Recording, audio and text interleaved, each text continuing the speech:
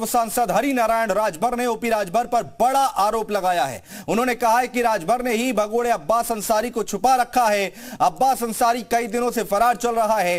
हरिनारायण राजभर के इस बयान के बाद सियासी पारा उबाल पर है।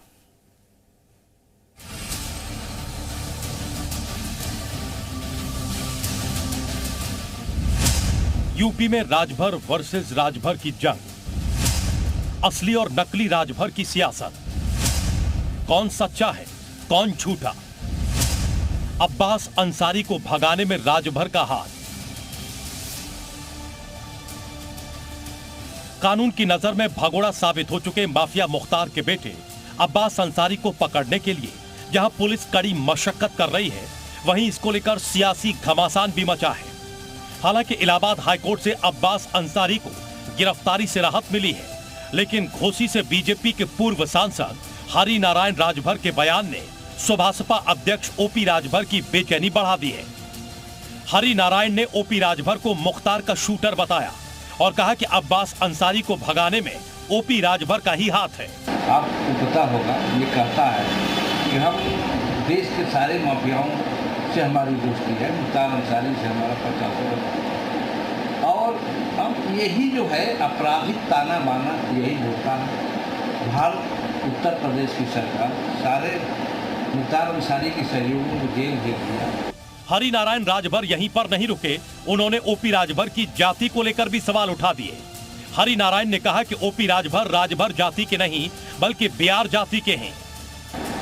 राजभरों को ठगा है, चूंकि राजभर जो है ओम प्रकाश राजभर चूंकि बिहार जाति का है, वो बनारस का रहने वाला है, इधर पूर्वांचल में आया और अपने को राजभर राजभर कहने लगा। हरिनारायण के इस बयान के बाद सुभासपा खेमे में खलबली मची है।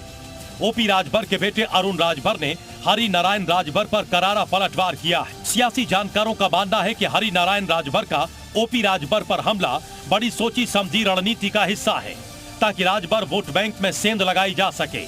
हरिनारायण राजभर ने राजभर की जाति पर भी सवाल खड़े कर दिए, जिसके बाद अरुण राजभर ने बड़ा पलटवार किया। कहा बीजेपी ऐसे ही बयान देकर सुर्खियों में रहना चाहती, यानी साफ है कि अब्बास अंसारी को लेकर अब बीजेपी ओम प्रकाश राजभर पर हमलावर हो गई है। वजह यह है कि अब्बास अंसारी ओम प्रकाश राजभर की पार्टी से मऊ से एमएलए है। दरअसल पूर्वांचल में ओपी राजभर हरिनारायण राजभर के राजनीतिक प्रतिद्वंदी माने जाते हैं।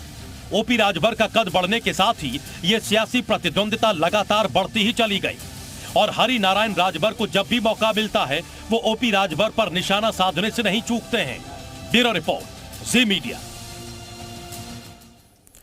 तो राजभर बनाम राजभर की लड़ाई देखी आपने। दरअसल ये कवायद राजभर वोटों को लेकर है। राजभर वोट बैंक की ताकत क्या है वो भी जरा समझिए। राजभर वोट बैंक की ताकत हम आपको बताने जा रहे हैं। राजभर समाज की आबादी करीब 4% है और 100 से ज्यादा सीटों पर राजभर समाज का दबदबा है।